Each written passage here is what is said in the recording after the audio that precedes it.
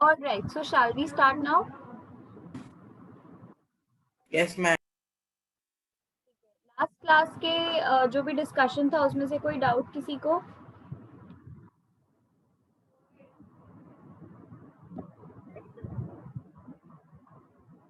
या बोलो, any doubt to anybody related to any topic? No, ma'am. Okay, that's great.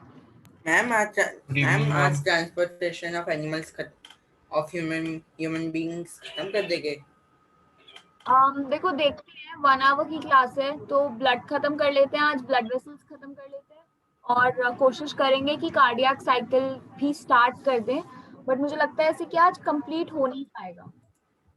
Still we try. Okay ma'am, फिर transportation और किसी की बची है?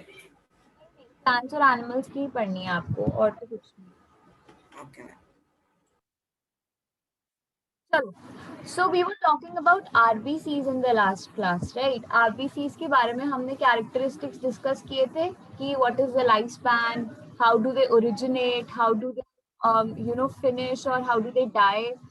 उसके अलावा we also talked about the contents inside the RBC. nucleus नहीं होता, hemoglobin होता है, what is the role of hemoglobin.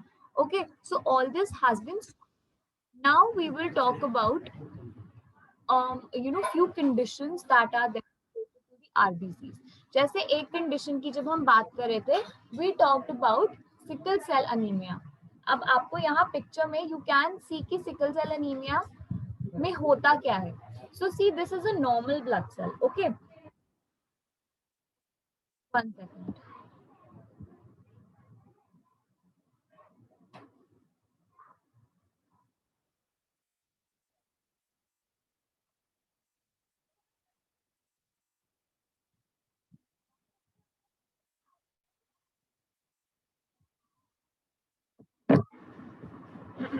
Okay चलो, सब बच्चे आ गए तो अब स्टार्ट करते हैं प्रॉपर. सो सिकल सेल एनीमिया बेसिकली क्या है? It's a congenital condition. ठीक है, कॉन्जेनिटल क्या होती है, कौन बताएगा मुझे? आई थिंक लास्ट ईयर आपने ये डिजीजेस वाले चैप्टर में पढ़ा होगा. What is the meaning of congenital? Diseases that happen while the embryo is developing. Very good. So basically, congenital condition. 1 second. Okay, 1 minute.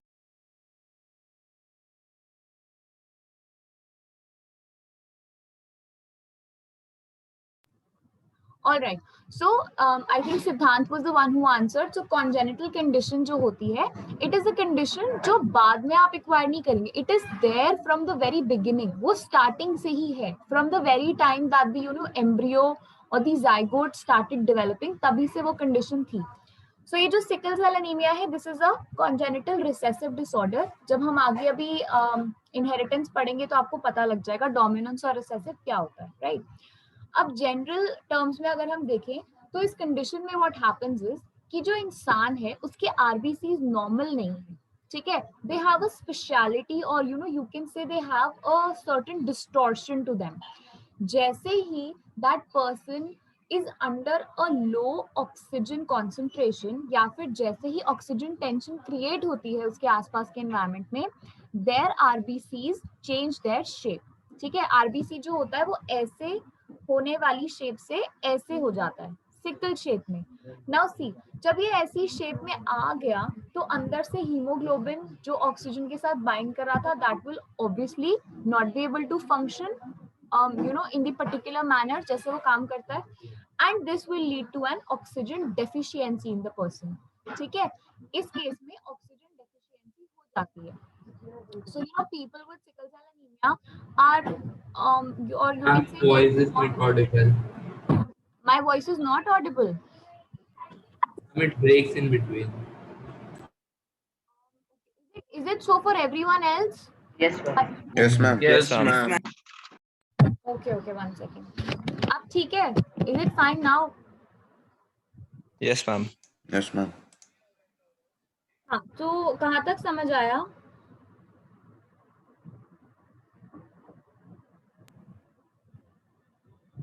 Ma'am, that when a person goes to a place where there is less oxygen, the normal red blood cells changes into a sickle shaped red blood cell and the hemoglobin doesn't function well. हाँ right ठीक है। तो देखो क्या होगा, basically what I am saying is, ऐसा नहीं है कि वो ऐसी किसी जगह पे जाएगा। मान लो that there is a child जिसे सिकल सेल एनीमिया की कंडीशन है, राइट। अब जब वो भागेगा तो क्या होगा, जब आप रन करते हो, व्हेन एवर यू वर्कआउट और एक्सरसाइज, आपकी हार्ट बीट तेज हो जाती है। क्यों? बिकॉज जो आपके मसल्स की ऑक्सीजन रिक्वायरमेंट है वो बढ़ गई है, ठीक है। So basically what is happening at that point is your body is facing an oxygen tension, oxygen concentration low है, इसीलिए blood जो है वो जल्दी जल्दी हार्ट पंप करता है, साथ साथ आप जल्दी जल्दी ब्रीद करते हो, ठीक है ना, योर ब्रीदिंग रेट इंक्रीजेस। यही चीज अगर किसी सिकल सेल एनीमिया वाले पेशेंट के साथ या पर्सन के साथ हो जाए तो उसके अंदर वो ऑक्सीजन डिमांड जल्दी से पूरी नहीं हो पाएगी, ठीक है। क्यों नहीं हो पाएगी? क्योंकि जो उनके आरबीसीज हैं उन्होंने अपनी शेप चेंज कर ली, ब्रीदिंग रेट बढ़ जाएगा, हार्ट भी जल्दी जल्दी ब्लड पंप करेगा, लेकिन ये जो आरबीसी थे, जो ऑक्सीजन कैरी करने वाले स्ट्रक्चर्स हैं, यही ठीक से फंक्शन नहीं कर रहे, ठीक है। ये चीज हो जाती है सिकल सेल के केस में। So normally people with sickle cell anaemia do not have a very long life, उनका लाइफ स्पैन ज्यादा नहीं होता, ठीक है। बॉयज फिर भी you know according to studies males में देखा गया है कि फिर भी they can live up to 20 और 30 इयर्स, बट फीमेल्स के अंदर the condition becomes very very difficult after puberty because of menstruation, क्योंकि ब्लड लॉस भी हो रहा है, ठीक है, और जो बचा हुआ है उसके अंदर भी ऑक्सीजन की कमी में डिस्टॉर्शन हो जाएगी आरबीसी की शेप में। So this condition becomes very difficult for females in particular. Ma'am ये क्यूरेबल नहीं होता? क्या what are you asking Aditya? Ma'am ये क्यूरेबल नहीं होता? क्योंकि कॉन्जेनिटल है ना, देखो ये जीन्स के अंदर ही है, इट्स अ जेनेटिक प्रॉब्लम, तो हम इसे दवाइयों से ठीक नहीं कर सकते। ओके Ma'am, हाँ बोलो। ma'am, how many hemoglobins are the sickle-shaped RBCs able to carry? देखो the percentage that is believed is about 20 to 30%, यानी जो पहले वो कैरी कर रहे थे परसेंटेज ऑफ हीमोग्लोबिन, उसका 20 to 30% पे आ जाता है, इनफैक्ट उससे भी कम हो जाता है कई बार, राइट। तो आप 20-30% के हिसाब से लगाओ कि 250 मिलियन का कितना हो जाएगा। So you will get to know the number. Okay. Then Naman is asking what happens in case of asthma. Okay, see asthma जो है it's more of an allergic response. ठीक है, whenever there is a trigger or a precursor in your body which tends to irritate your respiratory tract or the alveoli, उस case में हमारी body एक immune response show करती है जिसके अंदर certain chemicals known as histamines are released. ठीक है, जब ये हिस्टामिन्स रिलीज होते हैं you tend to feel the breathlessness and wheezing और वाटरी आईज, वाटरी नोज, ये सब होने लगता है। So asthma is basically an allergic response of the body. Okay, and ये क्या है, अब देखो कई लोगों को अस्थमा होता है, कई लोगों को नहीं होता, ठीक है। बट अगर हम देखें तो ये कहा जाता है कि अस्थमा इज एन एलर्जी या फिर it is an allergic response. So basically what it means is कि कुछ लोगों के अंदर ये जो ट्रिगर है ये this is enough to cause that particular response from your immune system, whereas दूसरे लोगों को ये चीज नहीं होगी। all right, okay, so then he is asking that how does inhaler help in this? तो inhaler कैसे help करता है? see, जब asthmatic attack आता है किसी को या फिर अगर उसे breathlessness होती है तो जो inhaler है it releases certain factors along with the air in your body which tends to bring down that that reaction that was taking place, ठीक है, जो response आ रहा था उसे वो कम करता है या काउंटर करता है। ऑल राइट, बट अगर किसी को बहुत सिवियर आ जाए अस्थमेटिक अटैक, उस केस में इनहेलर्स भी इतने ज्यादा हेल्पफुल नहीं रहते, उस केस में you need immediate medical help.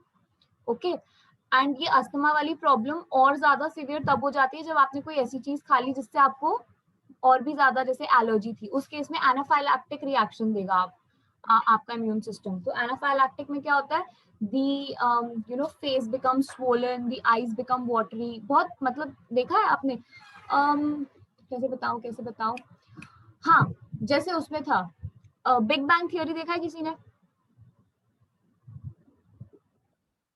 No, ma'am. हाँ, शेल्डन कूपर। ओके, चलो छोड़ो, फिर मुझे और कोई एग्जांपल याद नहीं आ रहा। देखो कई बार मूवीज या शोज में देखा होगा कि अगर किसी ने कुछ ऐसे एलर्जी वाली चीज खा ली तो उनका फेस एकदम से स्वेल हो जाता है, they are unable to speak और सांस भी नहीं आती। That is an anaphylactic reaction और शॉक, ठीक है। एंड दैट हैपेंस जब आप कोई ऐसी चीज खा लो which is allergic and which is toxic also, यानी कि वो आपकी बॉडी में टॉक्सिसिटी क्रिएट कर सकते हैं। that is all because of the histamines that are released from your body. हाँ yes प्रार्थना राइट, हार्वर्ड वॉलोविट्स था, उसमें पीनट्स, उसको पीनट से एलर्जी थी। यस, तो वो एक एपिसोड में देखा होगा ना जब उसे एलर्जी हो जाती है, ठीक है। हाँ प्रार्थना नोज। चलो anyways, so moving on, sickle cell anaemia सबको समझ में आ गया? Yes, ma'am. ठीक है। अब हम बात करते हैं, now since we are talking about RBCs, I thought कि हम थोड़ा ब्लड ग्रुप के बारे में भी बात कर लेते हैं। ओके ये ब्लड ग्रुपिंग जो है ना आपको आगे काम आएगी मेंडल वाले चैप्टर में भी, इनहेरिटेंस वाले चैप्टर में, when we will understand codominance and incomplete dominance, तब वहां पे भी फिर काम आता है। 1 सेकेंड।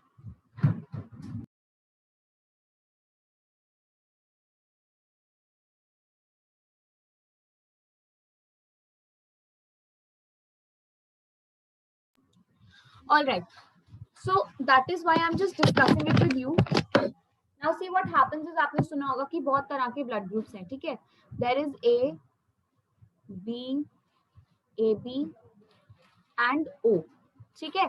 अभी हम इसको बस इस तरह से डिस्कस कर रहे हैं कि इनका आरबीसी से क्या लेना देना है। उस चैप्टर में आप देखेंगे कि इसका जीन से क्या लेना देना है, राइट। उस चैप्टर में आप जेनेटिक कॉम्पोजिशन पढ़ोगे तो आपको समझ आएगा कि ये आरबीसी से कैसे हुआ ना। सी ये जो आरबीसीज होते हैं, ईच आरबीसी और you can say RBCs in a person are specific. जैसे अगर मैं अपने आरबीसीज लूं एक वाइल के अंदर और मैं आदित्य के आरबीसीज लूं एक वाइल के अंदर, और अगर हम दोनों का ब्लड ग्रुप डिफरेंट है तो हम ये देखेंगे कि हमारे आरबीसीज के ऊपर कुछ स्ट्रक्चर्स हैं जो डिफरेंट है, यानी कि मेरा और आदित्य के आरबीसी का स्ट्रक्चर डिफरेंट होगा, right. So let's just think of it like this. 1 second. Okay चलो, मान लो this is an RBC. Rare blood group name Bombay blood. हाँ अभी उस पे भी आएंगे हम, ठीक है। We'll talk a little bit about that as well.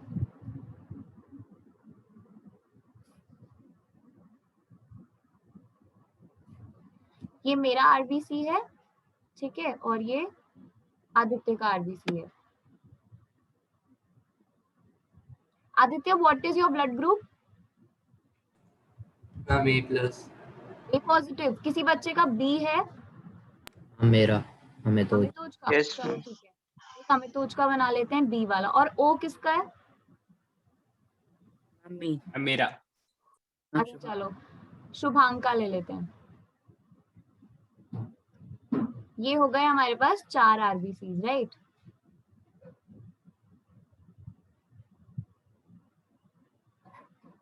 चलो so let's name these quickly, ठीक है। ये हो गया मेरा, ये हो गया ए वाला किसका था? आदित्य. आदित्य का। हाँ Aditya is A, then B was whom? Amitoj. सब ए वाले बच्चे हो गए। एंड शुभांग वाज ओ, राइट। चलो नाउ लेट्स सी कि होता क्या है। सी व्हाट हैपेंस इज, पहले हम ओ से स्टार्ट करते हैं। ओ वाला जो आरबीसी है उसके ऊपर ना कोई पर्टिकुलर एंटीजन नहीं होते। चलो रुक जाओ, ऐसे स्टार्ट करते हैं। मेरा जो ब्लड ग्रुप है ना, my blood group is A B positive. Okay now see what is different with my RBCs is, मेरे आरबीसीज के ऊपर ये कुछ एंटीजन्स हैं, ठीक है। Antigens are what? These are like you can say protein and polysaccharide chains जो RBC को एक आइडेंटिफिकेशन देते हैं, ठीक है। Each cell has its own identification. तो ये मेरे आरबीसीज की आइडेंटिफिकेशन है, ये ए एंटीजन है, ठीक है। येलो वाले को मैं ए के लिए यूज कर रही हूँ। अब because I am A B, इसका मतलब कि मेरे ब्लड ग्रुप के ऊपर 2 तरह के एंटीजन्स प्रेजेंट है। आई हैव बी ऑल्सो,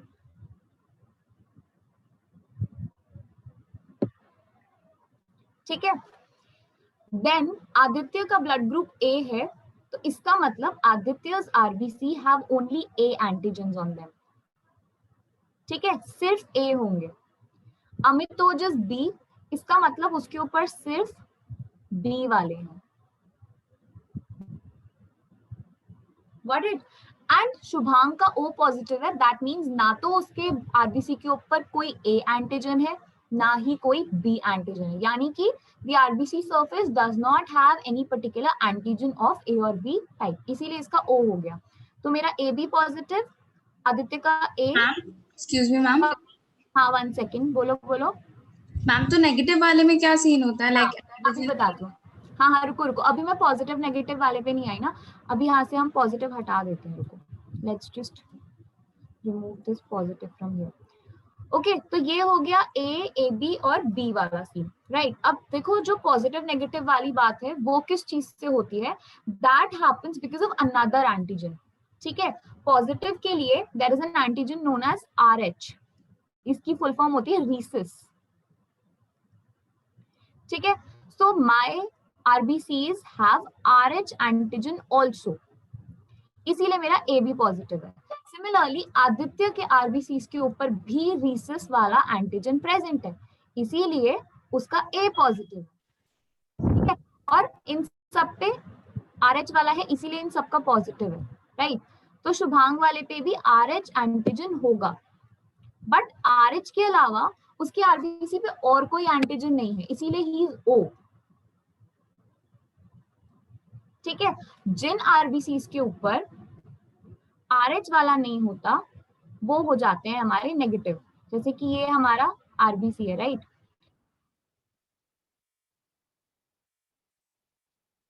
बीच बीच में बच्चे आते हैं ना, सारा फोकस चला जाता है, एक सेकेंड रुकना। हाँ right, so this is N RBC, ठीक है। अब आप मुझे बताओगे कि ये कौन सा है।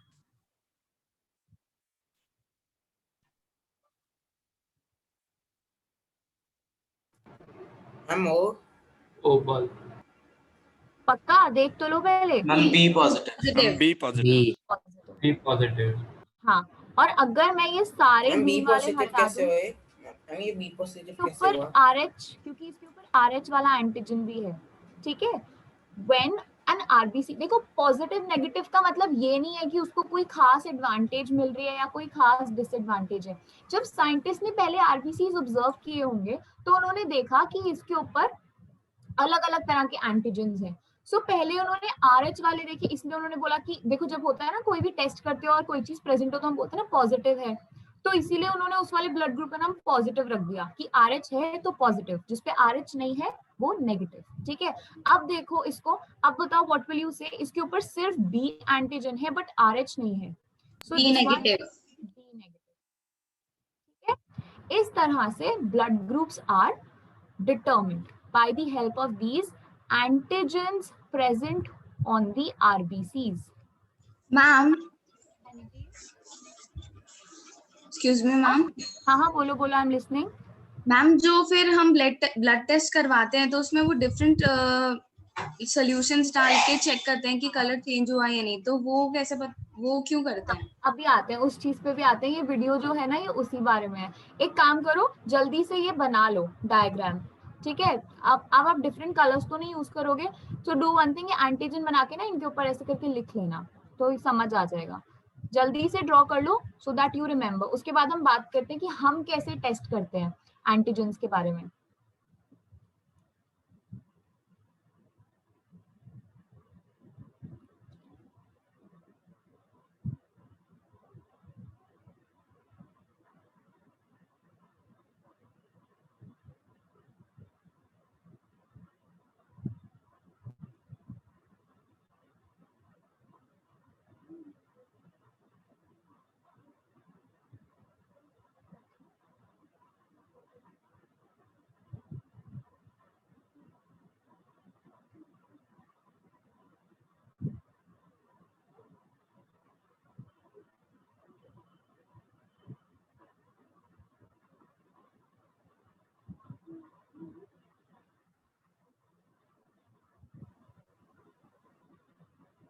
Noted everyone? ए बी का नेगेटिव कैसे होएगा? ए बी का नेगेटिव, AB के नेगेटिव में A होगा B होगा लेकिन RH वाला नहीं होगा। मैम RH क्या है? मतलब आपने RH को कैसे डिनोट किया? RH मैंने बनाया है ग्रीन से। और मैम ब्लू क्या है? हमारा B, एक बार ऐसे काम करते हैं, ये हो गया बी, ठीक है, ग्रीन हो गया RH, फिर येलो है A एंड हाँ बस यही तो है, 3 है ना, A B और RH।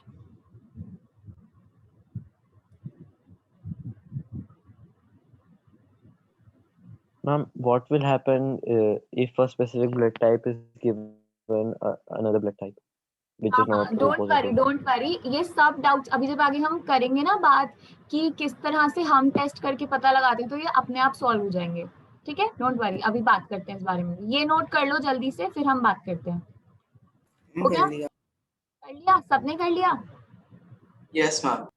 ओके, अच्छा कर लो, नो प्रॉब्लम। मैं नहीं स्क्रॉल करी, हम बस बात कर रहे हैं, ठीक है, कर लो। Now see what happens is, आपका इम्यून सिस्टम जो है वो किस तरह से काम करता है। Do you remember what is an antibody?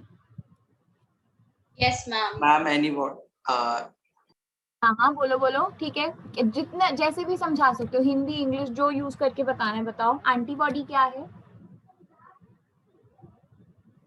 Ma'am, we can call WBCs the antibodies as, ma'am, any body in the in our immune system that fights the infection. Ma'am जब हमें कोई बीमारी होती है तो उसके जो वो होते हैं पैथोजेंस, वो पहले हमारी बॉडी को फॉरेन लगते हैं। तो उस जो फॉरेन बॉडी को लड़ने के लिए जो हमारी बॉडी पैथोजेंस प्रोड्यूस करती है, तो उसे हम एंटीजेंस कहते हैं। ओके, सो बेसिकली सी जो WBCs की आप लोग बात कर रहे हो, WBC जो है वो एंटीबॉडी प्रोड्यूस करते हैं। एंटीबॉडी जो है it is nothing but a protein, ठीक है, एंटीबॉडीज आपके प्रोटीन से बने हुए। इट इज लाइक दिस, एक टिपिकल एंटीबॉडी की शेप इस तरह होती है। ये हो गए आपके प्रोटीन चेन्स, ये बाहर छोटे चेन्स होते हैं और इस चेन के बीच में there is a sulphide bond. ये एक एंटीबॉडी का स्ट्रक्चर है, ठीक है। आपके WBC जो होते हैं, T लिम्फोसाइट्स, B लिम्फोसाइट्स, वो प्रोड्यूस करते हैं। Okay, so Advik, I'll come back to this question, all right? Now what happens is कि हर ऑर्गेनिज्म के बारे में अभी जैसे हमने बात की कि every organism has a certain antigen on their surface, ठीक है। इसी तरह से हमारे RBCs वगैरह के सरफेस पे भी एंटीजन्स हैं। तो मान लो कि कोई इन्फेक्शियस एजेंट था जो मेरी बॉडी में आया। थोड़ा सा स्क्रॉल कर दूं, अब वो बना लिया ना सबने। देखो, मान लो ये एक बैक्टीरिया है, राइट, ये मेरी बॉडी के अंदर आ गया। अब जिस तरह से हर सेल पे एंटीजन है वैसे इसके भी होंगे, तो मैं इसके एंटीजन्स कुछ इस तरह से बना देती हूँ। व्हाट हैपेंस इज कि मेरा बॉडी या मेरा जो इम्यून सिस्टम है या WBCs है, वो क्या करते हैं कि इन एंटीजन्स को ही आइडेंटिफाई करते हैं, ठीक है। क्यों? क्योंकि इस तरह से लो, जैसे आप अपने घर में हो, राइट, आपके घर में मम्मा के पास जो फोन है, पापा के पास जो फोन है, हमारे पास जो फोन है, भाई या बहन, दीदी भैया जो भी है, उनके पास जो फोन है, आपको पता है सबके फोन। अब कभी आप घर पे आए, आपने देखा कि लिविंग रूम में टेबल के ऊपर एक दूसरा फोन पड़ा हुआ है, तो आप उठा के कहोगे ना, पता नहीं ये किसका फोन है। why can you are you saying that? how can you say that? Because आपको पता है कि मेरे घर में क्या क्या सामान है, right. So you identify self, you identify कि मेरी क्या क्या चीजें हैं। सिमिलरली हमारी बॉडी को भी पता है कि हमारी बॉडी के कौन कौन से एंटीजन्स हैं, ठीक है। उसे सब पता है कि मेरे अंदर जितने भी ब्लड सेल्स हैं या जितने भी दूसरे सेल्स हैं, उनके ऊपर क्या क्या एंटीजन्स हैं। इसका मतलब कैन आई से कि अगर मेरी बॉडी में कोई बाहर वाला एंटीजन आ जाएगा तो मेरी बॉडी उसे जल्दी से पहचान पाएगी। It will be able to recognise a foreign antigen. Yes ma'am. Yes ma'am. Right. तो ये जो आप वैक्सीन जो है कोरोना वाली, उसमें क्या कर रहे हैं, वो आपकी बॉडी में जो कोविड का एंटीजन है उसे डाल रहे हैं वैक्सीन के साथ। तो आपकी बॉडी क्या करती है, उस एंटीजन को पहचान कर उसे मारने के लिए पहले से ही एंटीबॉडीज बना लेगी, सो दैट नेक्स्ट टाइम अगर आपकी बॉडी में असली वाला लिविंग कोरोना वायरस आया, आपकी बॉडी में पहले से ही एंटीबॉडी होगी उसे मारने के लिए, ठीक है। So your immune system will be a bit stronger, right. ये सारा फीवर क्यों चल जाता है मैम? फीवर क्यों हो जाता है वैक्सीन? What happens is कि जब आपका इम्यून सिस्टम किसी इन्फेक्शन को किल करने के लिए एंटीबॉडी बनाता है, तो it is putting in a lot of effort. ठीक है, वो बहुत थक गया है, एग्जॉस्ट हो गया। तो जो फीवर है ना, it is basically a sign कि आपका इम्यून सिस्टम जो है वो फाइट कर रहा है। ठीक है, your immune system is battling with the virus और with the antigen. And ma'am अगर नहीं आ रहा है तो मतलब नहीं हो रहा है? ऐसी बात नहीं है। देखो फीवर का बेसिकली मतलब ये होता है कि आपका जो इम्यून सिस्टम है वो फंक्शन कर रहा है, बट अगर फीवर नहीं हुआ तो इसका मतलब ये नहीं है कि इम्यून सिस्टम फंक्शन नहीं कर रहा। इट जस्ट मीन्स कि आपका इम्यून सिस्टम बहुत स्ट्रांग है ऑलरेडी, कि उसे फीवर नहीं चढ़ा। ओके, फीवर का मतलब होता है that your immune system has become a little weekend, क्योंकि उसने बहुत सारी एंटीबॉडीज बनाई हैं। ऑलराइट मैम वैक्सीन में कुछ वो वीक और डेड वो नहीं डालते जैसे कि कोरोना हाँ, वायरस? देखो जो वीक और डेड वाला सीन होता था उसमें भी क्या होता था, वीक और डेड वो डाल के कर क्या रहे हैं, बेसिकली वो एक डेड बॉडी भेज रहे हैं ना आपकी बॉडी के अंदर। तो वो डेड बॉडी का मेरा इम्यून सिस्टम क्या करेगा, वो इम्यून सिस्टम भी यही करता था कि ये मरा हुआ बैक्टीरिया या वायरस है, इसके ऊपर के एंटीजेंस को वो पहचान लेता था और इसके लिए फिर वो एंटीबॉडीज बना लेता था। अब हम क्या करते हैं कि पूरा का पूरा ऑर्गेनिज्म सुनो सुनो एक सेकेंड, पूरा का पूरा ऑर्गेनिज्म भेजने के बजाय हम बस ये पार्ट भेज देते हैं। इसीलिए हम बोलते हैं कि अब जो वैक्सीनेशन है या इम्यूनाइजेशन है वो एडवांस्ड हो गई है, क्योंकि पूरा ऑर्गेनिज्म मारने से अच्छा है मैं इस ऑर्गेनिज्म के एंटीजन भेज दूं। राइट, क्योंकि काम तो इसी से है ना, सिर्फ इस पूरे ऑर्गेनिज्म का मेरी बॉडी क्या करेगी। समझ रहे हो बात? मैम हाँ बोलता मंजूर। मैम तो डिफरेंट वैक्सीन है, तो फाइजर, कोवैक्सीन, कोविशील्ड, उनकी उसकी एफिशिएंसी रेट अलग क्यों है, मतलब उसके अंदर क्या अलग मिलाया है स्पुतनिक? ये देखो कि वैक्सीन के अंदर सिर्फ एंटीजन तो नहीं डालते, they also put in some salts and some stabilisers जिससे ये एंटीजन अपना स्ट्रक्चर ना लूज करे। राइट, तो हो सकता है कि वो जो फैक्टर्स हैं वो अलग हैं वैक्सीन में, इसीलिए उनका रेट अलग है। क्योंकि कोई फैक्टर है जो आपके इम्यून सिस्टम को सप्लीमेंट करेगा एंटीबॉडी बनाने में, वेराज कोई और वैक्सीन है उसमें सिर्फ एंटीजन प्रेजेंट है, ऐसे कोई एक्स्ट्रा या एक्सेसिव सॉल्ट्स नहीं है जो आपके इम्यून सिस्टम को और ज्यादा बिल्ड होने में हेल्प कर रहे हैं। They are just stabilising the antigen. Right, Ma'am, हाँ बोलो Partha. ma'am, another reason the efficacy is so different is because, ma'am, all these vaccines have been tested and researched in different period of times during the COVID pandemic. So, ma'am, in some cases, the COVID cases were very high, and that's why the vaccine efficacy was affected and it was a bit low. But in other cases, when the cases were very less, in that case, the vaccine efficacy was high. So, ma'am, हाँ that also affects the हाँ vaccines. बिल्कुल बिल्कुल, see there are a lot of factors, इसीलिए human trials किए जाते हैं। And another thing is कि जो कोविड है वो एक वायरस है, ठीक है ना, वो धीरे धीरे म्यूटेट करेगा। तो चाहे कितने से कितनी भी अच्छी वैक्सीन बना लो वायरसेस के लिए, एक पॉइंट पे जाके वो वीक हो जाएगी। ठीक है, फिर you know the only effect और the only advantage that you will have of the vaccine is कि आपके बॉडी के अंदर एक मेमोरी है उस वायरस की। राइट अच्छा चलो, now coming back to this. तो अब आप समझ गए कि एंटीजन का क्या रोल है हमारी बॉडी के अंदर और हमारी बॉडी कैसे रिएक्ट करती है। तो हमारी बॉडी जो है ना उसको पता है कि मेरे आरबीसीज पे क्या एंटीजन है। ठीक है, इसका मतलब अगर बाहर से कोई ऐसा ऑर्गेनिज्म आ गया या कोई ऐसा सेल आ गया जिसके एंटीजेंस डिफरेंट हैं, मेरी बॉडी फटाफट से उसके लिए एंटीबॉडी बना लेगी। ठीक है, rather antibodies are sometimes present also. अब मान लो कि जैसे हमने ऊपर बात की थी इन ब्लड ग्रुप्स के बारे में, आदित्य का ब्लड ग्रुप ए पॉजिटिव है, यानी कि अगर मैं बात करूं उसके ब्लड में एंटीबॉडीज कौन सी होंगी, तो मैं कहूंगी that Aditya's blood will have anti B. ठीक है, उसके ब्लड में एंटी बी एंटीबॉडीज हैं क्योंकि ए तो उसका खुद का ही है। राइट, बी एंटीजन उसके ब्लड सेल्स पे प्रेजेंट नहीं है। तो अगर उसके ब्लड के अंदर आरबीसी आ गया विद बी एंटीजन, तो उसके ब्लड के अंदर एंटीबॉडी बी बन जाएगी। ठीक है, ये बात थोड़ी सी समझ आई? Yes ma'am. Ma'am but I have a doubt. कोई बात नहीं, अभी और बात करते हैं। Shubhang, do you have a question? Yes ma'am. बोलो। I mean, O negative, there will be no antigens, ना? हाँ, नो प्रॉब्लम नमन, हम अभी आते हैं इस बात पे। ठीक है, सी व्हाट हैपेंस इज कि जो एंटीजन आपके ब्लड के ऊपर प्रेजेंट है ठीक है, वो तो आपका खुद का सेल्फ है, right, it is your own antigen, but for other antigens the body prepares antibodies, ठीक है। Antibodies are basically like soldiers, वो फॉरेनर को अंदर नहीं आने देंगे, और अगर आ भी गया तो उसे किल कर देंगे।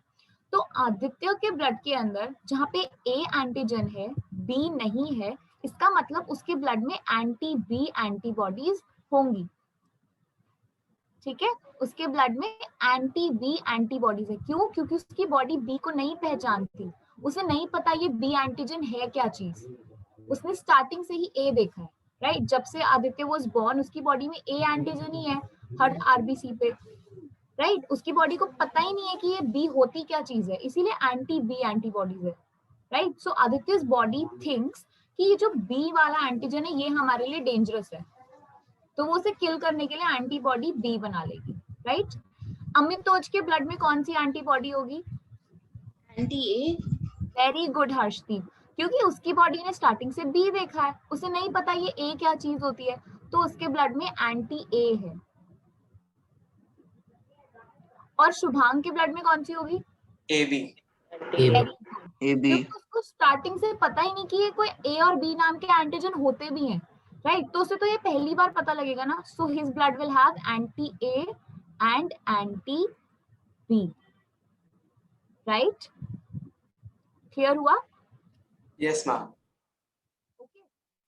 So that is why you know जब हम ब्लड डोनेट करते हैं हम सिमिलर ब्लड ग्रुप क्यों लेना चाहते हैं, क्योंकि अगर ए वाले को मैं बी दे दूंगी तो उसके अंदर क्या होगा, ये जो एंटी बी वाली एंटीबॉडीज है ना, ये उन सारे आरबीसीज को किल करना शुरू कर देंगी। And what happens in killing is कि ये जो आरबीसीज हैं ये साथ में क्लम्प हो जाते हैं, ठीक है, they form a structure like this, बहुत सारे आरबीसीज साथ में चिपक गए, आके क्लम्पिंग हो गई, और क्लम्पिंग से क्या होता है, it may lead to a clot like situation, clots बन जाएंगे और ब्लड वेसल्स के अंदर ब्लॉकेज होगा, ठीक है। सिमिलरली अगर मैं किसी बी ब्लड ग्रुप वाले को एंटी ए दे दूं तब भी यही कंडीशन होगी। मैम ओ वाले में क्या होगा फिर? ओ वाले को अगर मैं ए या बी दे दूंगी उसमें भी क्लॉटिंग हो जाएगी, ठीक है। लेकिन अगर मैं किसी को ओ वाला ब्लड दे दूं तो क्या कुछ प्रॉब्लम होगी? क्योंकि उसके ऊपर तो एंटीजन है ही नहीं, बॉडी आइडेंटिफाई क्या करेगी? है ही नहीं ना ए है ना बी है, तो मेरा इम्यून सिस्टम कहेगा इस पे तो कुछ है ही नहीं, मतलब ये हार्मफुल नहीं है, दिस इज हार्मलेस, इसको चलने तो जैसे चल रहा है। इसीलिए ओ को यूनिवर्सल डोनर बोलते हैं, ठीक है। और सब अच्छा मुझे अब ये बताओ कि ओ पॉजिटिव यूनिवर्सल डोनर होगा या O negative? O positive। Negative होगा, क्योंकि उसके ऊपर तो RH वाली भी नहीं है, सिर्फ RBC है। सो O negative is universal donor, ठीक है। कई बार आप अभी तक भी कई बार बोलते हो कि जैसे किसी से पूछा जाए ना यूनिवर्सल डोनर कौन होता है तो वो O बोल देते हैं। O negative is the right word, O positive भी नहीं, ठीक है। और AB is the universal acceptor, क्यों? क्योंकि वो A भी ले सकता है बिकॉज इट आइडेंटिफाइज A, वो B भी ले सकता है क्योंकि उसको B भी पता है, उसको सबके बारे में पता है, और O तो ऑब्वियसली ले ही सकता है। हमारे AB दे किसको सकता है? AB दे सकता है to AB, okay. AB negative वाला तो सभी से ले सकता है, AB नेगेटिव वाला यूनिवर्सल एक्सेप्टर है, बट AB वाला जो है वो सिर्फ AB को ही दे सकता है। तो AB यूजलेस हुआ। पॉजिटिव वाला यूनिवर्सल एक्सेप्टर होगा ना, AB नेगेटिव वाले में RH वाला वो एंटीजन। हाँ yes that's right, sorry AB positive is the universal acceptor, ठीक है। मैम ये O पॉजिटिव वाला हाँ Harshdeep, what are you saying? तो मैम ये O पॉजिटिव वाला तो वो भी तो दे ही सकता है लाइक RHS। सो अगर O नेगेटिव वाले को अगर हम O पॉजिटिव दे दे तब भी क्लम्पिंग हो जाएगी। हाँ, क्योंकि उसे RH वाला भी नहीं पता है ना, उसके लिए RH भी नई चीज है, तो भी क्लम्पिंग हो जाएगी। तो O नेगेटिव को सिर्फ O नेगेटिव ही दे सकता है? हाँ जी, O नेगेटिव को सिर्फ O नेगेटिव वाला दे सकता है। मैम आई थिंक इसीलिए नेगेटिव ब्लड ग्रुप बहुत रेयर होते हैं। हाँ, नेगेटिव ब्लड ग्रुप्स जो हैं वो बहुत ही ज्यादा रेयर होते हैं, 1 to 2% AB नेगेटिव सबसे ज्यादा रेयर होता है। हाँ, AB negative is the most or you can say it's the rarest blood group. There is about 0.6% of population जिसका AB नेगेटिव होता है, और Ma'am, महिला की RH बहुत प्रॉब्लम आती है। हाँ बोलो Ma'am, सिद्धांत। RH null is the rarest blood type. Ma'am RH null ma'am blood group क्या होता है? Ma'am 1 second. अच्छा जो RH वाला बोल रहे हो ना तुम, RH या रीसस मंकी या बॉम्बे ब्लड ग्रुप, उसके अंदर क्या होता है कि ये जो RH वाले वो होते हैं ना, एंटीजन्स होते हैं, वो थोड़े से डिस्टॉर्टेड उसमें प्रेजेंट होते हैं, so that's a different type of an antigen। उसके अंदर एक एंटीजन आ जाता है H, ठीक है, and that's a different one, उसका जो जेनेटिक कोड है थोड़ा डिफरेंट है। तो इसके जो पहले केसेस थे वो बॉम्बे में मिले थे, इसलिए उसका नाम बॉम्बे ब्लड ग्रुप कर दिया। अभी हम उस चीज की डेप्थ में नहीं जाते, इसको हम ना इनहेरिटेंस वाले चैप्टर में डिस्कस करेंगे, राइट? अभी सिर्फ आरबीसीज के बारे में बात कर रहे हैं, तो let's just limit our discussion to that. हाँ, somebody was saying something, बताओ। तो मैम ये ब्लड ग्रुप वाली वीडियो देखनी है? हाँ देखने। इसमें basically what is happening is कि देखो ये ना एक एक्सपेरिमेंट होता है, ठीक है, this is known as Landsteiner's blood group determination experiment. ये मैंने किया था ग्रेजुएशन के टाइम पे। तो देखो क्या करते हैं, थोड़ा सा समझा देती हूँ, फिर प्रोसीड करेंगे। सो व्हाट हैपेंस इज कि आपको एक स्लाइड देते हैं, राइट? स्लाइड पता है ना सबको, माइक्रोस्कोप के नीचे रखते हैं जो। Yes ma'am. हाँ, तो सी व्हाट हैपेंस इज कि एक स्लाइड देंगे, उसके अंदर 3 पिट्स बने होते हैं, ठीक है। पिट मतलब ऐसे नहीं कि पूरे गड्ढे, बस थोड़ा ऐसे ना, थोड़ा सा डिप्रेस्ड एरिया होता है कि यहाँ पे अगर आप कुछ चीज डालो तो वो रुकी रहे, राइट? आपको उसके नीचे लिखना होता है A, B एंड D। ये D जो है this is basically for RH, ठीक है, हम उसको D लिख देते हैं, बट वो होता RH के लिए। क्या करते हैं कि पहले आपको स्पिरिट देते हैं, आप अपनी फिंगर उससे क्लीन करो। स्पिरिट से हम जो है क्लीन करते हैं ताकि अगर कोई ऑर्गेनिज्म है, कुछ इन्फेक्शन उस पर लगा हुआ है तो क्लीन। हाँ बोलो तमनजोत। मैम मैं हमारी बॉडी में शुरू से डिफरेंट ब्लड ग्रुप्स क्यों होते हैं? क्या बॉडी में शुरू से ही डिफरेंट ब्लड ग्रुप्स क्यों होते हैं? Yes ma'am. वो सब जैसे जीन्स की वजह से, दैट इज ऑल जेनेटिक। जैसे आपकी फैमिली लाइन में चलता आ रहा है वो वैसे ही पास ऑन होगा आपको, ठीक है। अब जैसे आपके फादर का A है और मदर का B है, तो हो सकता है आपका AB हो जाए, हो सकता है आपका A हो या B हो। मैम जैसे मेरे फादर मदर का AB है, फिर मेरा भी AB हुआ, पर मेरे सिस्टर का AB नहीं, आई थिंक B या A+ या B+ है। हाँ ऐसा वो क्यों? सब देखो, वो सब ना आप इनहेरिटेंस वाले चैप्टर में पढ़ोगे, ठीक है। उसमें आपको जीन्स की हेल्प से समझाया गया है कि कैसे करके ब्लड ग्रुप्स आप डिटरमिन करते हो। हम कहते हैं कि डोमिनेंट के ऊपर होता है ना, जो डोमिनेंट होता है। जो देखो there are genes of 3 types. एक IA होता है, बहुत छोटे से पढ़ेंगे क्योंकि फिर देखो ऐसे ही स्ट्रेच हो जाती है डिस्कशन। IA होता है एक gene, there is IB and then there is I, ठीक है। ये दोनों जो होते हैं ये डोमिनेंट होते हैं। नाउ जैसे तमनजोत इज सेइंग कि उसके फादर का AB है, मम्मा का भी AB है। Yes ma'am. AB है, ऐसे होना नहीं चाहिए। वैसे अगर मम्मी पापा दोनों का AB है तो फिर आपका भी AB होता और सिस्टर का भी AB होता। मैम मेरी सिस्टर का AB किसी नहीं एक है। का कंफर्म करो, मैम कंफर्म है किसी ना? एक का कंफर्म करो। मम्मी मैम पापा दोनों का AB है यस मैम। क्या?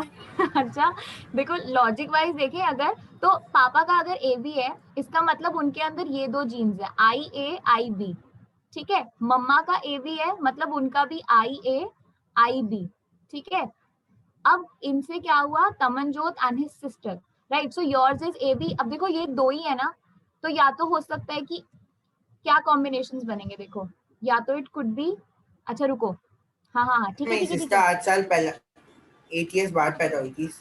कोई बात, अरे नहीं उससे फर्क नहीं पड़ता। देखो अब क्या जीन्स बने, जब गैमीट्स बनेंगे तो there will be IA IB IA IB, ठीक है। Now this could be a combination such as this, IA दोनों साथ में आ जाएंगे तो क्या ब्लड ग्रुप बन जाएगा, it will B A।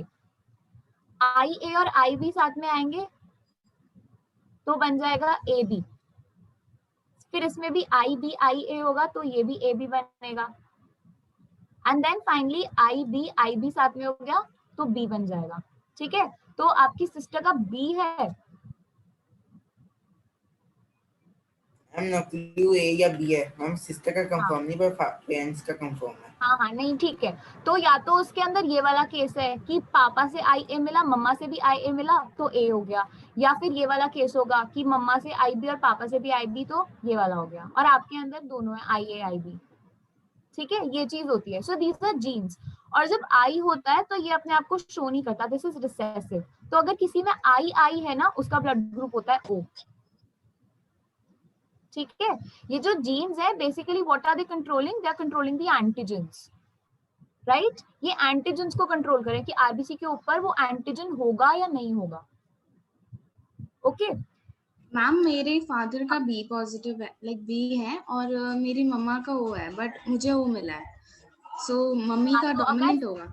Father का नहीं, अगर फादर का बी है और आपका ओ है, इसका मतलब कि your father's condition is this I B I and I I, ये मम्मा का ओ हो गया और पापा का बी हो गया, क्योंकि ये रिसेसिव होता है, ये डोमिनेंट होता है। तो अगर ये है तो बी ही शो करेगा।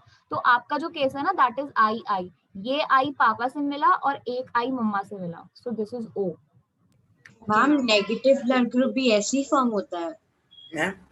हाँ जी, नेगेटिव के अंदर, लेकिन देयर इज अनदर फैक्टर, एक और जीन होता है एच जो आपके आरएच एंटीजन को कंट्रोल करता है। मैम अब बोलो।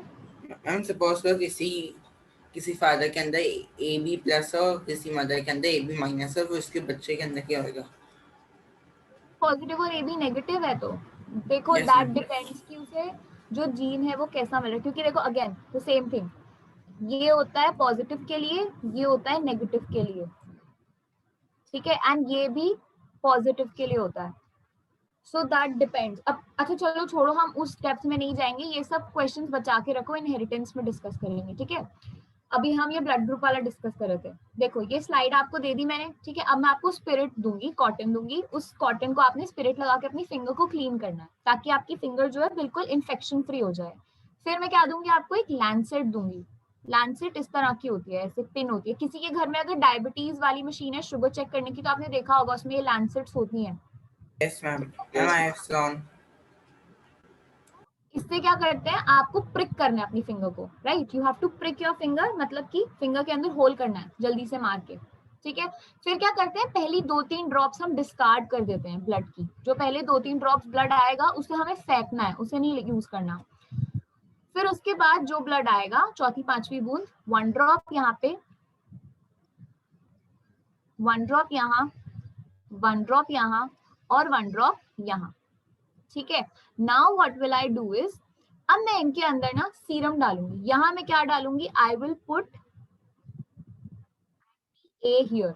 यहाँ पे मैं एंटी ए डालूंगी, यहाँ पे मैं डालूंगी एंटी बी, यहाँ पे मैं डालूंगी एंटी डी। अगर मेरे ब्लड के अंदर ए ब्लड ग्रुप है तो यहाँ पे आई विल सी कि कोएगुलेशन हो गया। ठीक है, व्हाट विल आई सी कि क्लम्पिंग हो गई। थोड़ी देर बाद मुझे ना ऐसे करके इसमें डॉट डॉट, मतलब जैसे आपने देखा कभी दूध अगर फट जाए तो क्या होता है, उसमें से व्हाइट व्हाइट मलाई या वो पनीर जैसा अलग हो जाता है और ऊपर पानी पानी और वो दूध के क्लम्प्स निकल आते हैं। तो वो जो क्लम्प बन जाते हैं वो अलग हो जाता है और पानी आपको अलग से दिखेगा। इसमें भी कुछ ऐसा ही होता है, आपको ऐसे ना रेड रेड डॉट्स अलग दिखेंगे और पानी अलग से दिखेगा।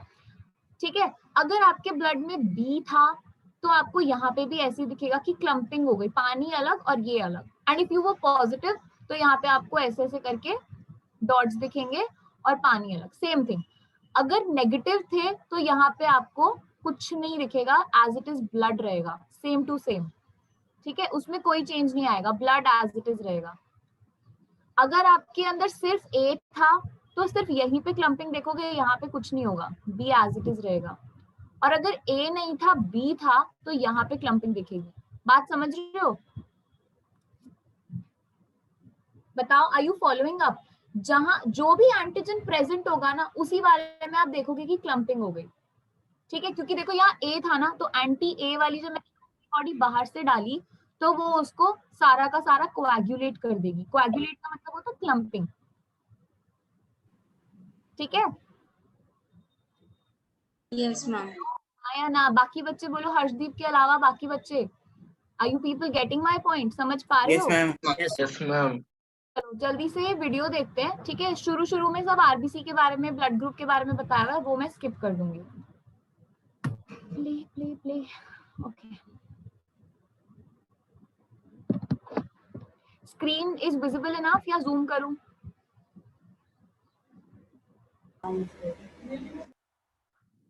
हाँ बोलो Raghuvansh, should I zoom it? Ma'am full screen कर दो।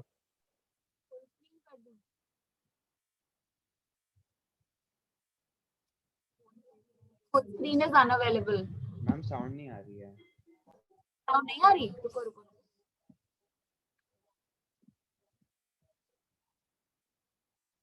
यस मैम, आवाज नहीं आ रही। हाँ एक मिनट। हाँ, I had to, share it the other way around. Wait. Okay, अब आएगी, ठीक है। I'll just mute myself क्योंकि फिर वो echo होती है, right? Around in fluid called plasma. There are certain protein molecules called antigens located on the surface of the red blood cells and antibodies which are in the blood plasma. The differences in human blood are due to the presence or absence of these antigens and antibodies. Individuals have different types and combinations of these molecules. According to the ABO blood grouping system discovered by Karl Landsteiner, there are 4 types of blood groups: blood group A, blood group B, blood group AB, and blood group O. Rh or rhesus factor is found on the RBC surface in most people. Like A and B, this is also an antigen, and those who have these antigen are called Rh positive. Those who lack this antigen on the surface of RBCs are called Rh negative. To conduct the experiment, we require 3 monoclonal antibodies, anti-A, anti-B, and monoclonal D, kept in an icebox. Lancets, spirit, cotton balls, toothpick, and glass slide. Procedure: swab the finger with cotton balls dipped in a spirit and take blood sample using a lancet as shown. Take 3 separate drops of blood on a glass slide. Place a cotton ball on the finger to stop the blood flow. Pour 1 drop each of anti-A, anti-B, and monoclonal D on each drop of blood respectively. Mix the monoclonal antibodies with the blood sample properly using a toothpick. Make sure you take a new toothpick for mixing each drop. When RBCs carrying one or both antigens are exposed to the corresponding तो look over here, आपको कहाँ पे clumping दिख रही है? ये देखो, एक तो यहाँ दिख रही है, ठीक है। दिस शोज की पॉजिटिव है, RH फैक्टर प्रेजेंट है, ठीक है। देन आई थिंक हमें एक इसमें क्लॉटिंग दिख रही है यहाँ पे, है ना? यहाँ पे अलग अलग से हो रखा है, इसमें नहीं है। तो दिस मीन्स कि एंटी ए ने अपना काम किया। इसका मतलब what blood group is it? It is A positive, क्योंकि B पे कुछ नहीं हुआ, ठीक है। एंटी बी जो बॉडी थी, एंटीबॉडी, उसने काम ही नहीं किया। व्हाई? क्योंकि बी एंटीजन प्रेजेंट ही नहीं था, right? antibodies, they agglutinate, that is, they clump together. For example, in this slide, yeah, so tell me which blood group is here? This is B positive. A positive. पक्का B नहीं, A में हुई है clumping. देखो यहाँ A में इकट्ठा हुआ है, B ब्लड तो एज इट इज पड़ा हुआ है, ये B है बीच वाला, A एंड RH पॉजिटिव आया है, तो A पॉजिटिव है, ठीक है। यहाँ B तो देखो ना, B की ब्लड ग्रुप, ब्लड ड्रॉप तो एज इट इज है, उसमें कुछ भी नहीं हुआ है। agglutination occur on the first and the third drops, which corresponds to antigen A and Rh factor. So the blood group is A positive. Thus, we can identify the blood. Okay, now look here, यहाँ पे अलग अलग आपको दिखाया हुआ है। O positive में देखो, A भी एज इट इज पड़ा है, B भी एज इट इज पड़ा है, सिर्फ यहाँ D में ग्लूटिनेशन हुई है या फिर कोएगुलेशन, यानी कि O पॉजिटिव है। O नेगेटिव में किसी में भी कुछ नहीं हुआ, ठीक है, क्योंकि एंटीजन तो है ही नहीं, तो एंटीबॉडी काम किस पे करेगा? Nothing, okay. A पॉजिटिव में, यहाँ A में और यहाँ पॉजिटिव में। A नेगेटिव में ओनली इन A, बाकी दोनों as it is. B positive में देखो, इन दीज टू, B में हुआ और RH वाले में हुआ। B नेगेटिव में सिर्फ B में होगा, RH में कुछ नहीं हुआ, A में भी। AB पॉजिटिव में तीनों में आएगा आपका, क्योंकि A भी है, B भी है और RH भी है। एंड देन AB नेगेटिव में, RH में आपका कोई चेंज नहीं है, A और B में रहेगा, ठीक है।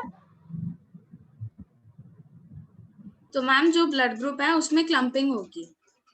जी, जो ब्लड ग्रुप है उसी वाले में आपकी क्लम्पिंग शो होगी क्योंकि वही वाले एंटीजन्स आपके अंदर प्रेजेंट है। ठीक है? Yes ma'am. Ma'am, I did not understand this concept. Not understand कौन बच्चा बोल रहा है?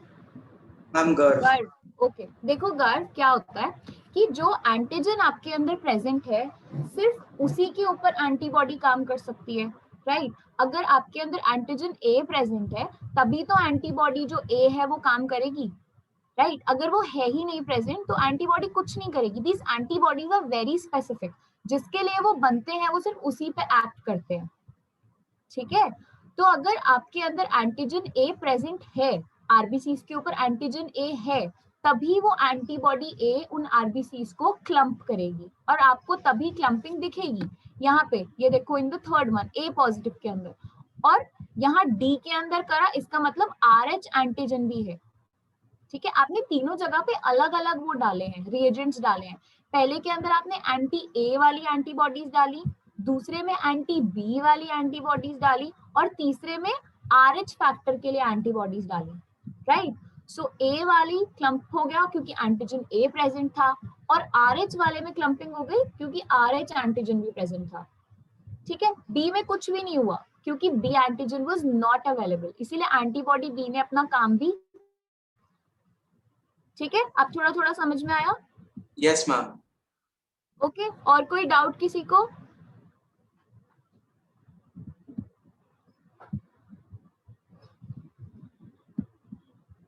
बोलो कोई डाउट, यस और no? No ma'am. Okay, Naman is asking what happens in haemophilia. देखो हीमोफिलिया के अंदर जो होता है ना, it happens due to,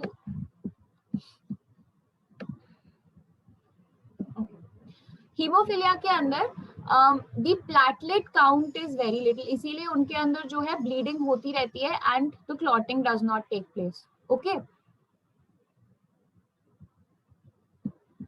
all right, थोड़ा सा ही टाइम बचा है। चलो now let's come over to WBCs। देखो WBCs जो होते हैं दीज आर इम्यून सेल्स। ठीक है? इम्यून सिस्टम में काम आते हैं। Again they are formed from the haematopoietic cells in the bone marrow. ठीक है? WBCs के अंदर न्यूक्लियस होता है क्योंकि इनको ऑक्सीजन तो कैरी नहीं करना, so they do not require that much of space, so they do have a nucleus. Rather the nucleus is very very important for them, क्योंकि यही जो सेल्स है ये आगे जाकर किलिंग करते हैं जर्म्स की या बैक्टीरियल या वायरल सेल्स की, एंटीबॉडीज बनाते हैं। तो इन्हें तो फिर न्यूक्लियस चाहिए ही चाहिए for all the complex activities that they take up. ठीक है? जो इनका लाइफ स्पैन है,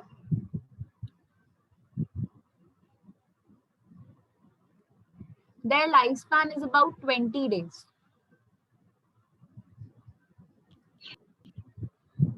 Okay.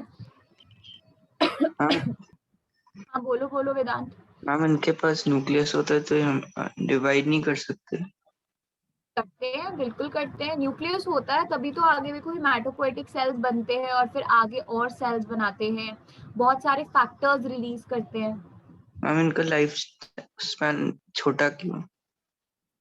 देखो दीज आर फेगोसिटिक सेल्स। ठीक है? ये ऐसे सेल्स हैं जो यू नो जैसे एक बैक्टीरियल सेल आ गया आपकी बॉडी के अंदर, उसे किल करना है तो क्या करते हैं, कई बार उसे अब्सॉर्ब कर लेते हैं, एनगल्फ कर लेते हैं और खुद भी बर्स्ट हो जाते हैं उसके साथ साथ, right? So they need to keep on renewing, इनको रिन्यू करने की जरूरत पड़ती रहती है, so that they are also updated along with all the memory। जितनी भी मेमोरी है हमारे इम्यून सिस्टम की वो सारी स्टोर करने के लिए और अपडेट रहने के लिए ये रिन्यू होते रहते हैं, right? Okay, so note down this point. Percentage इनकी हमने लिखी ली थी उसमें, तो चाहो तो you can ignore this point, right? Nucleus होता है so that they can distinguish the antigens and everything. Life span लिखेंगे, इसके बाद में हम एक फ्लो चार्ट बनाएंगे about the types of WBCs, right? Ma'am, please don't change the slide. I was writing the last line. हाँ नहीं अभी मैंने चेंज नहीं करी, अभी I am just scrolling up. लिखो जल्दी जल्दी से लिख लो। Okay,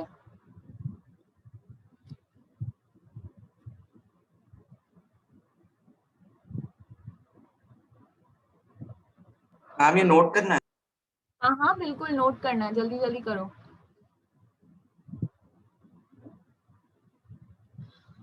Okay, so Naman is saying that if both parents have the same blood group, is it safe to say the child is likely to have the same blood group? देखो Naman, not really. ठीक है, because see, if both the parents have A blood group, तो हमें ये नहीं पता what is the genetic composition. उनके अंदर genes कैसे हैं. हो सकता है दोनों में small I हो, तो child का जो blood group है वो O आ सकता है, right? A भी हो सकता है लेकिन O भी आ सकता है, ठीक है. सो वी कैन नॉट ऑलवेज से कि सेम ब्लड ग्रुप की वजह से जो चाइल्ड है उसका भी ब्लड ग्रुप सेम ही होगा पक्का.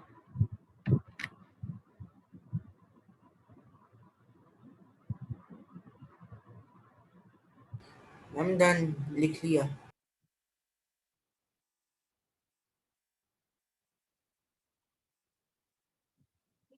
सबने लिख लिया? No ma'am.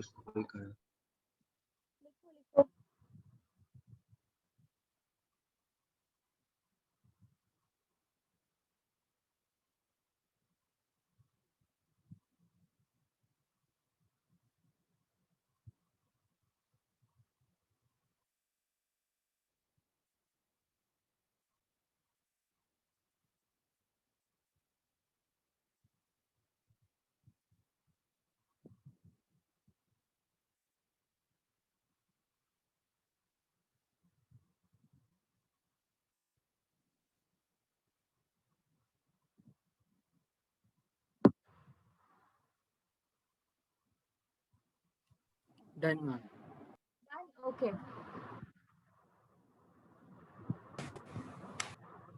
No, there's no difference, Abhiraj. He is asking what is the difference between leukemia और leukemia.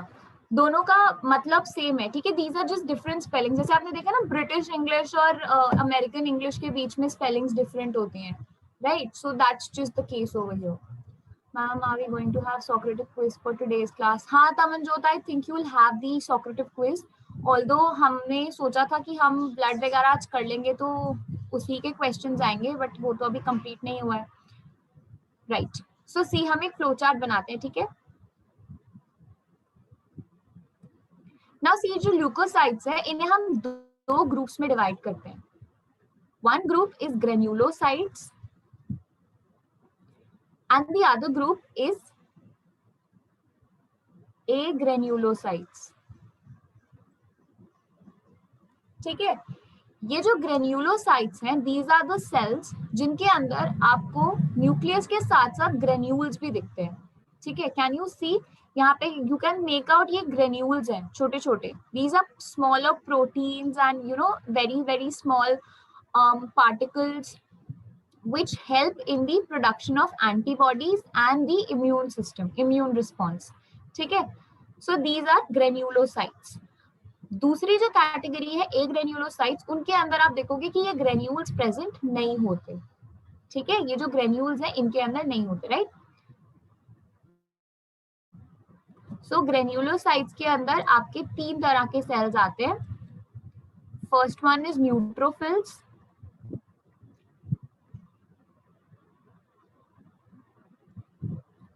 eosinophils and basophils. इनकी जो कॉम्पोजिशन है या फिर जो परसेंटेज है दैट इज ग्रेटर, सबसे ज्यादा यही होते हैं, ठीक है. Greater composition.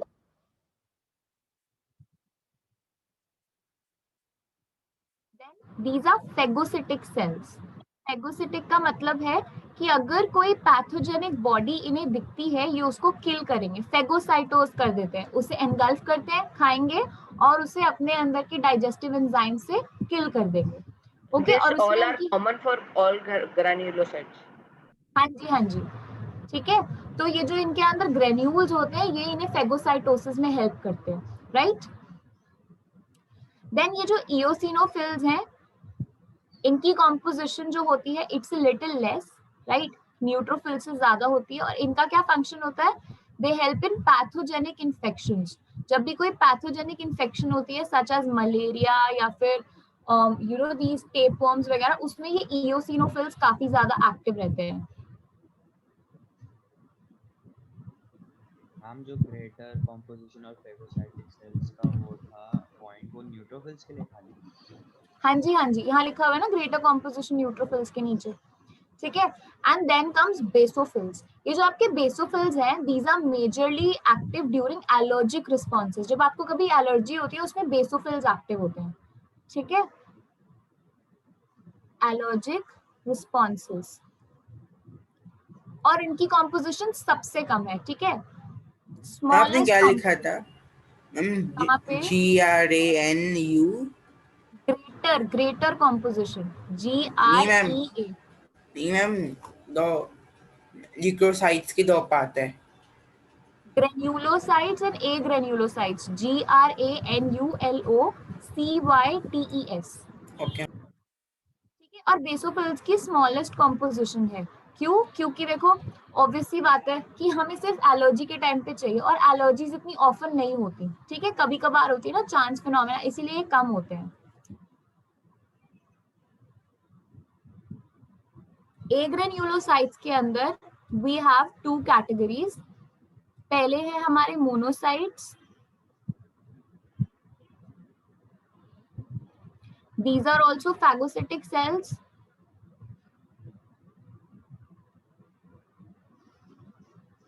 ठीक है। और दूसरे हैं हमारे लिम्फोसाइट्स। लिम्फोसाइट्स के अंदर आपके दो तरह के होते हैं, याद है किसी को? What were the two types of lymphocytes? T lymphocytes. T lymphocyte. हाँ, very good, T lymphocytes and B lymphocytes.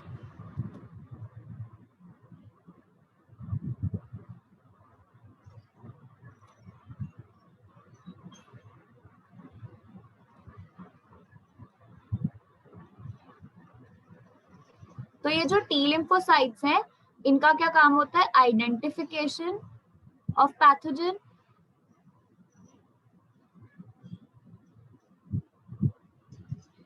और दूसरा मेमोरी रखना, मेमोरी ऑफ इन्फेक्शन, कि इन्फेक्शन हुआ था इस चीज की मेमोरी, यानी याद रखना कि ये चीज पहले भी हो चुकी है। बी लिम्फोसाइट्स का काम होता है प्रोडक्शन ऑफ एंटीबॉडीज।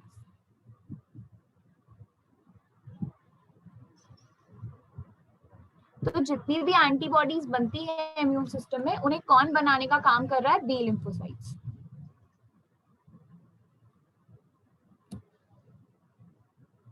मैम जो न्यूट्रोफिल, बेसोफिल और इओसिनोफिल्स है मैम, ये जो भी पैथोजन होता है उसको डायरेक्टली मारते हैं या मतलब खाते हैं?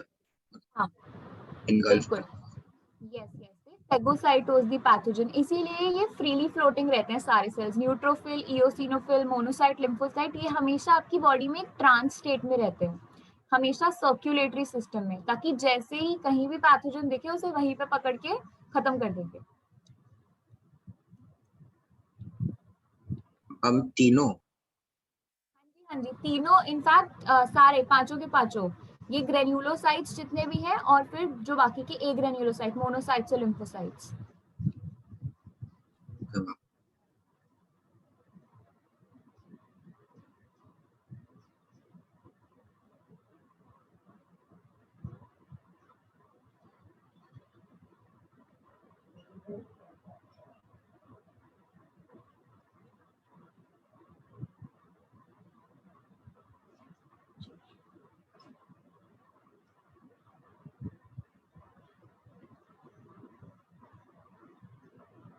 मैम आपने क्या लिखा दो लास्ट लाइन में? यहाँ पे प्रोडक्शन ऑफ एंटीबॉडीज। नहीं मैम, दो LYMPH। अच्छा, ये lymphocytes, yes ma'am, LYMPHOCYTES, lymphocytes. Okay ma'am. Okay, Pratna is asking what are phagocytic cells. Pratna, phagocytic cells होते हैं जो एक पैथोजन को एनगल्फ करेंगे और उसे अपने अंदर ही किल कर देंगे, ठीक है। जैसे मान लो ये एक पैथोजन है, right, this is a pathogen, तो ये जो फेगोसिटिक सेल्स हैं ये ऐसे करके होते हैं, ये आएंगे, इसे अपने अंदर एनगल्फ कर लेंगे, समथिंग लाइक दिस, और अंदर ही अंदर इसको डिसॉल्व कर देते हैं, ठीक है।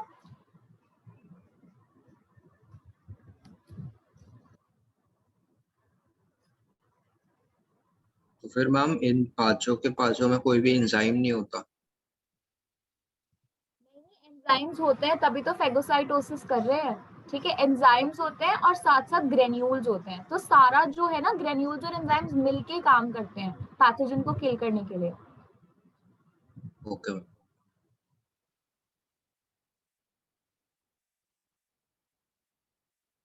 मैंने लिख लिया।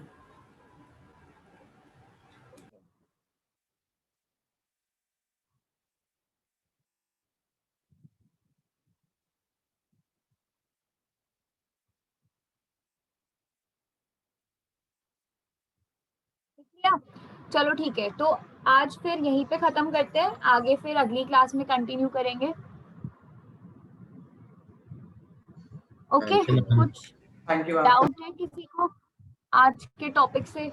मैम फैगोसाइटिक सेल के हाँ बोलो बोलो वेदांत, फेगोसिटिक सेल्स क्या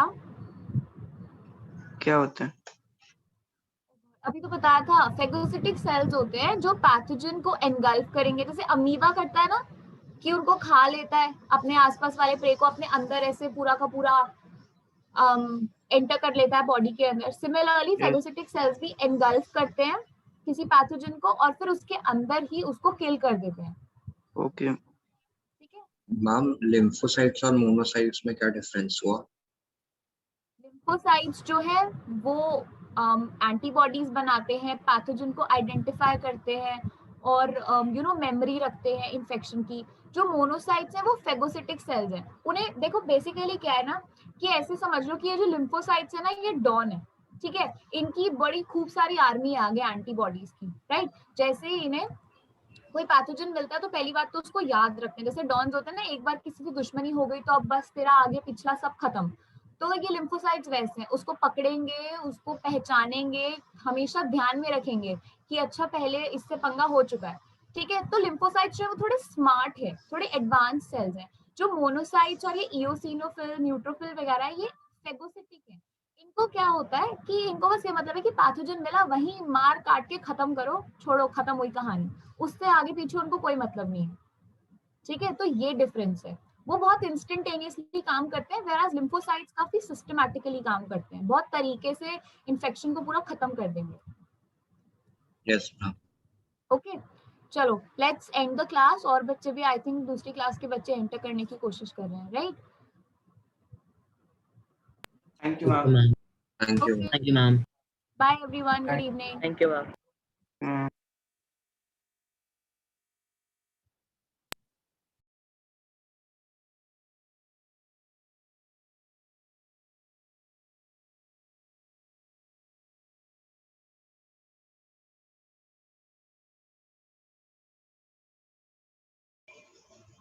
चलो, short break of 5 minutes. We'll start with maths. Good evening, sir. Good evening.